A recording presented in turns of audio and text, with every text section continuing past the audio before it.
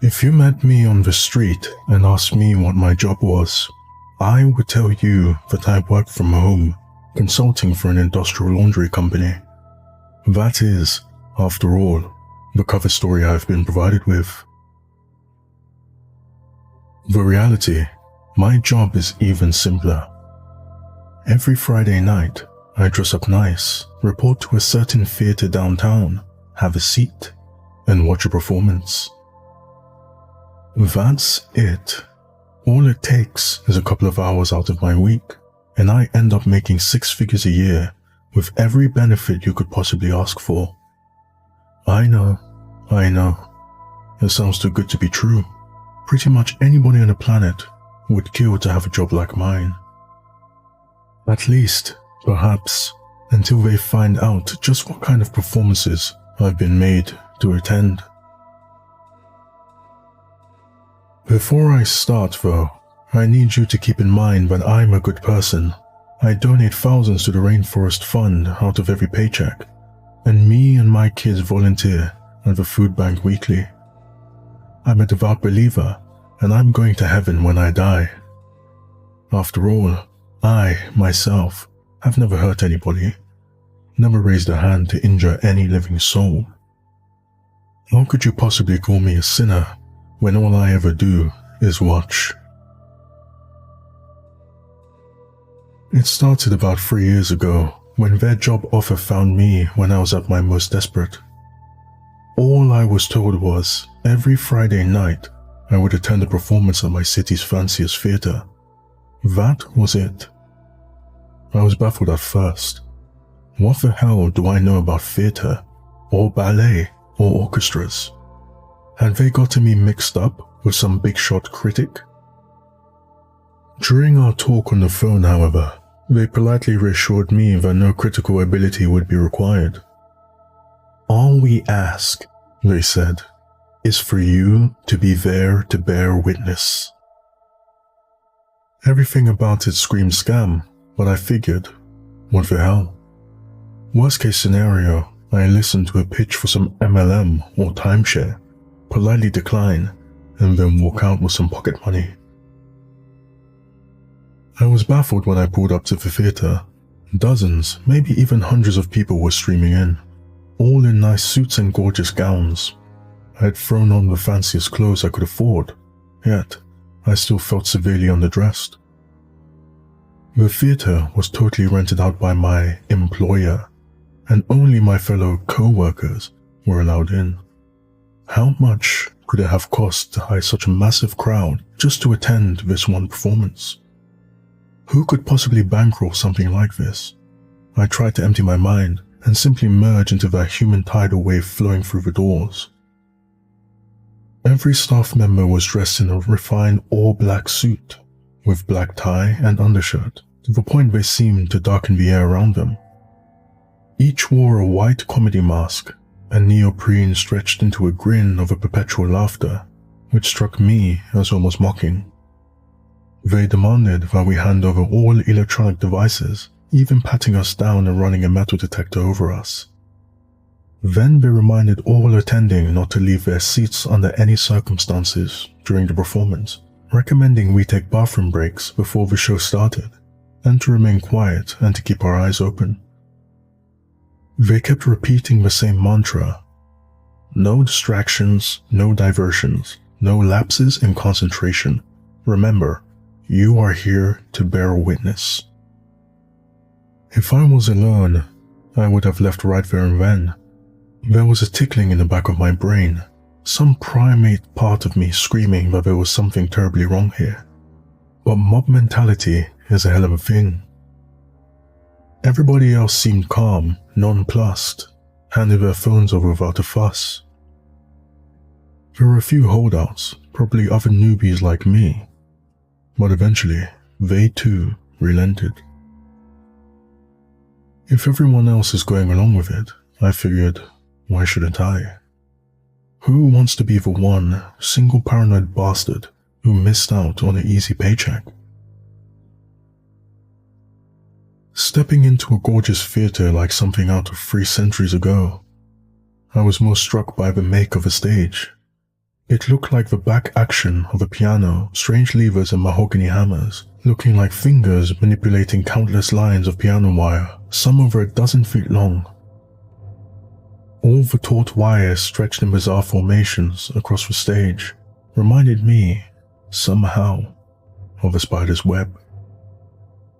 I could not fathom a machine so complex, yet with such little apparent purpose.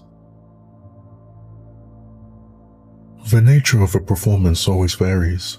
Sometimes it's a work of Shakespeare, a ballet, an opera, hell, even a puppet show. That day, it was a concert featuring a small chamber orchestra of around 35. Students, it looked like, young and inexperienced, with a nervous air about them as if this was their first time performing for such a crowd. Mostly a string section plus one of each windward and just a couple each of horns and percussion. The conductor was one of the staff members in the comedy masks. I was baffled. Who would put forward this much cash just for a small green orchestra to play in such a massive prestigious venue? One of them must be a billionaire's kid, I figured. It was the only explanation. This, I've since realized, is always the best part. The beginning of the performance. When you can, if you try, lose yourself in the display and pretend everything is okay. That it's all normal. It was best on those lucky days when the performers on stage were completely unaware of just what sort of danger they were in. That always makes it easier for everybody. On that first day, I was as oblivious as they were and simply enjoyed the music. Maybe some snob on the orchestral arts could hear their amateurish mistakes, but to my untrained ear, they sounded just fine. Pleasant, even.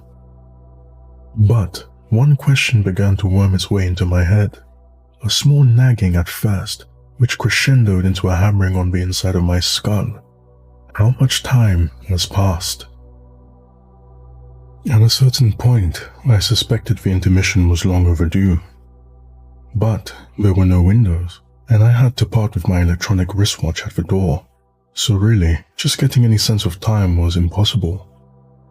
I dismissed it as my lousy attention span at first. But eventually, others began taking notice. No one dared speak, but among the fellow newbies, I noticed furrowed brows and sideways glances, confused and concerned. The performers seemed to be getting restless as well, whispering and gesturing to each other and the conductor, who never ceased those robotic, sweeping motions with his gloved hands. It must have been 2 hours by then, if I had to guess, and they were starting to look exhausted, dehydrated. Some even looked as if they were about to quit playing. Continue performing. In a moment, all of the piano wire loudly reverberated and stretched taut with the movements of those mechanical contraptions on stage, as the whole thing bristled and tensed as though it was a living thing. And that voice, cracking like thunder, seemed to emerge from the stage itself with a mechanical roar, like a grinding of metal on metal. That seemed to frighten them into submission for a while. It wasn't until a half hour later that my life changed irreparably. They'd been playing a quiet sonata, so everybody could hear the sudden fritting, accompanied by a pained yelp. My eyes leapt to one of the violinists. One of their strings had broken and happened to stab her right in the eye. I could see the streak of scarlet bifurcate her pupil before the emerging blood replaced the entire eye with a thick redness. She stood, clutching a hand over her eye and blindly grasping with the other, gesturing for medical help. As she did so, that strange lattice of levers and hammers and pulleys all roared and cracked to life, like a bear trap being sprung. The machine's efficacy was just as sudden, just as brutal. Those clockwork edifices moved like a pair of robotic arms, aiming a wire for her neck as if trying to garrote her. But they moved with such a speed that the wires seemed to pass through her, like she wasn't even there.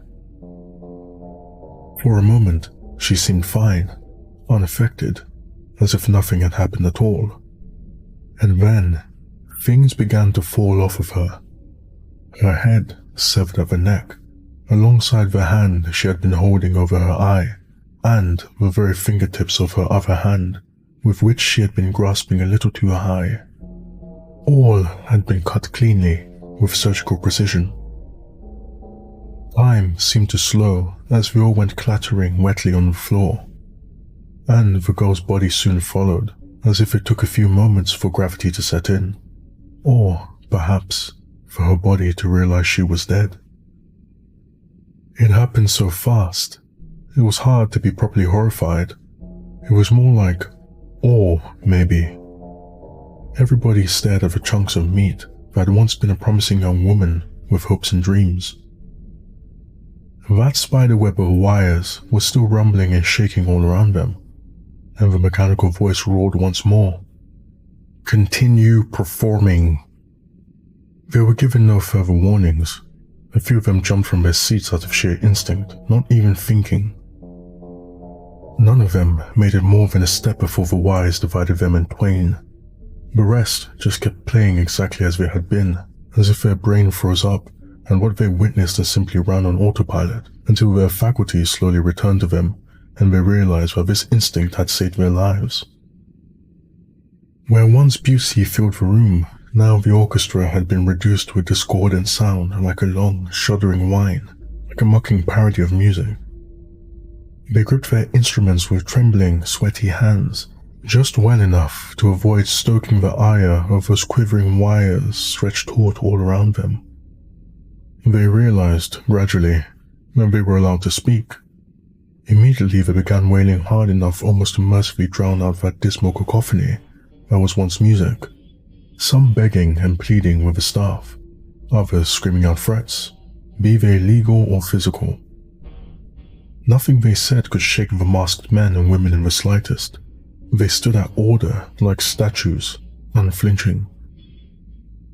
Realizing this, they turned their attention to us, a wall of red, weepy eyes scanning the crowd for any hint of mercy, begging us to band together against the staff, calling us all sick bastards for just sitting there and watching them die. A blonde woman on violin had the most genius and cruel strategy of all. She merely began telling us about herself. Everything she could think of poured out in between the sniffles and tears. "My name is Vera Hayes. That's my husband over there." She gestured to a dark-haired man on drums. He'd been the quietest of them all, seeming to be saving his strength. We have a little girl. She's 8 years old, and she loves her mama and papa. Her name is Lucy. She loves horses, and I was saving up to maybe give her riding lessons one day." I desperately wanted to cover my ears, but knew it would be against the rules. Why can't she just shut the hell up? I thought bitterly, grinding my teeth. I truly hated her more than I'd ever hated before. But why? Some dim remnant of my reason asked, "She's a victim here. She's done you no wrong." But I realized I hated her because she kept reminding me she was human, reminded me of what I was doing to her, what we were all doing to her, sitting here in complicity. And it almost worked too. I almost resolved to save her, but then came the boom of a gunshot from far behind me. The shot had come from one of the tragedians standing amid the upper gallery. I was certain. I almost made the mistake of looking back. Instead, I kept my eyes locked forward and merely imagined who it was that just had their brains splattered across their seat. Had they snuck a phone in and tried calling 911? Had they tried making a break for it? Or maybe they just couldn't take it anymore and made a fatal decision to look away from the horror. I tried to distract myself by studying the impossible mechanism animating the blood-soaked piano wire. I couldn't figure it out. It was like an impossible machine, existing in defiance of all basic laws of geometry, and seemed to have no means of controlling it, instead operating automatically with some malign intelligence. Perhaps it was an extension of whatever creature composed the stage itself. It was a living thing, of that much I was certain. It breathed beneath the performers, and their blood soaked into its floorboards in moments as if consumed. After some hours, the orchestra had gone quiet, having screamed themselves hoarse. I could imagine being in their shoes. Even just watching them perform was a test of endurance. Many of them were oozing blood all over their instruments, from scarlet cuts where the skin had split. The woman on the French horn was struggling hardest of all, her lungs and hands burning with exhaustion. "I can't," she eventually cried out in a hoarse little wheeze, horn slamming to the floor as her body gave out. "I'm so sorry, I can't do any—" A wire passed through her flesh in an instant, and suddenly she had no mouth to speak, no eyes to see, no mind to think with. All of it lay splattered upon the stage, which sated itself upon that spilled vitae. Another gunshot. I quivered in my seat, sweat beading on my forehead from the terror. Somebody in the audience had looked away, and I realized I had just been about to do the same thing, and the sudden sound not knocked me out of my stupor. Most of the performance went in similar ways over the next few hours, either making mistakes or their bodies giving out. As monstrous as it may sound, I was quietly praying for them to get it over with. They were dead the moment that they walked on stage. Why drag it out for all these hours, just for the inevitable to happen anyway? I recognize now that it's almost impossible to make that choice, to simply give in and accept death in defiance of all our natural instincts. But the auditorium now reeked from audience members voiding their bowels, and the damn woman next to me just wouldn't stop crying, wouldn't stop at all. Vera and her husband lasted the longest of all, perhaps because they had each other. Over a dozen hours had passed, maybe even 2, and they were still playing a little duet in perfect sync, despite everything. By now, they were simply talking to each other as if nothing was wrong, as if we weren't even watching. "Baby, when we get out of here, I'm gonna take you to Martha's Vineyard. I know I've been saying that for so long, but God, I wasted so much money on that stupid fucking motorcycle," he said. "Lucy's gonna love it." Vera chuckled. "I don't know, it might be boring for a little girl. Isn't it all a bunch of old people up there?" He laughed weakly. "Oh, maybe in town, but you know her. Once you get her in the water, you can't get her back out. She's a natural-born swimmer, I swear. Think we'll see her in the Olympics someday?" It was surreal to watch, like I was peeking in on a private conversation a couple was having in their own home. But I could tell both of them were trying to maintain some illusion of normalcy, anything to keep themselves psychologically intact as the hours passed.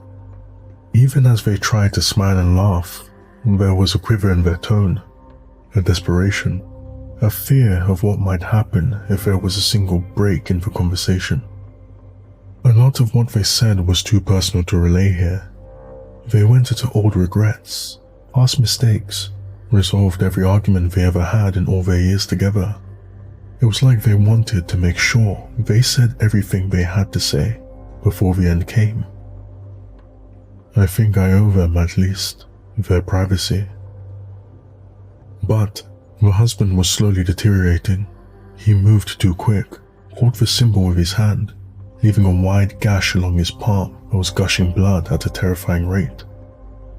Now he was getting woozier and woozier, swaying dizzily, his eyes unfocused, his speech becoming slurred and his playing sloppy. Vera desperately tried to keep him focused. "Talk to me, baby. Think of the beach. Lucy's gonna love the seashells. She'll pick her favorite and put it on that little stand in her room with all her little trophies." She rambled on, but by that end, all he could manage was half-hearted grunts of affirmation. He was leaning in his seat, and then his drumstick went flying right out of his hand, sending a cloud of pink mist through the air along its path. And yet, he kept going through the motions of playing, as if he didn't even notice. Then, a sudden clarity formed in his eyes, and he stared at his empty hand in disbelief. And then the piano wire was tensing and strumming all around him. And then in an instant, he was up from his seat and racing towards us. He knew it was over. He just wanted to strike out at the world if he could. One last act of defiance. He even locked eyes with me, and I'll never forget the look on his face. "Why are you watching this? You sick bastards! You sick, twisted!" He threw his remaining drumstick, and the trajectory would have delivered it right to me, when the piano wires lacerated it in mid-air, slicing into it from 100 different directions until it disappeared into a cloud of sawdust. And then, they did the same to him. Vera didn't scream or sob. She just tensed and let out the tiniest little gasp, like when you're at the doctor's and know the shot is inevitable, but it still stings anyway. And then, she was all alone. She looked at us like she wanted to speak, wanted to say something, to express what was happening inside her. But what was there left to say? She spent almost a full day screaming herself hoarse with every combination of words she could think of. None of it helped. None of it meant anything. Instead, she expressed herself through music. She began to play the most mournful, sobering solo I'd ever heard. One I knew she was making up as she went along. One of which she communicated those parts of herself that words could not encompass. She stared us all down, eyes red and bloodshot, making eye contact individually as if to remind us that we were not a shapeless mass. That we were all individually responsible. I only barely remember the sound of it now, as if I'd heard it in a dream, and yet, even now, the memory tears at my heart. She performed for what felt like an eternity, and then, in the end, she slowly, calmly set down her violin, stood up, and took a bow. And then, she was unmade. Everyone stood up around me all of a sudden, and I was immediately caught up in it too, performing a standing ovation that dragged on and on. We screamed, shouted, cried, threw things, smashed our fists against seats, tore at our hair, laughed and danced with each other. It was the ultimate catharsis after all that silence, after a full day of holding it all in. Never before had I felt so connected to a crowd of people on some deep spiritual level. We marched out of the theater, stumbling like a procession of ghouls with blank faces and tired eyes. The staff were as polite as ever, thanking us for attending the performance and hoping that we enjoyed the show. Some were dragging the bodies of shot audience members out of the theater. As I finally emerged into the outside world, I was stunned to find it was all the same night I had entered. At least 20 hours had passed inside that theater. I was sure of it. But, for the outside world, only 2 hours had passed, exactly the duration listed on their job offer. I'd never been explicitly told not to reveal what I'd seen here, and now I knew why. Nobody believed me, or worse, maybe they were covering it up. I swear to God, the police dispatcher laughed at me over the phone. I swore I'd never go back. I'd been part of something evil, something unfathomable, and it would haunt me forever. But the next year was one of constant desperation, dead climbing as job opportunities declined at equal rates. I held out for about a year, but eventually, I gave in. And to my horror, the next performance was easier, now that I knew what to expect. And then, the next was easier still, and the next. The performance is always different, but the end result is always the same. I have to remind myself that I'm not culpable for what they're doing here. All I do is watch. We watch people die every day, in the news and online. People suffering horrible fates, often in places our own countries help to destabilize. How are my actions any different, really? We all have to accept that terrible things happen in this world, and all we can do about them is either look away or look the horror right in the eye. Is choosing to look away more moral, or is it only more cowardly?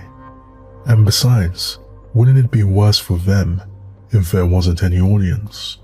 If they had to die there in the dark alone, no one seeing, no one caring, no one remembering.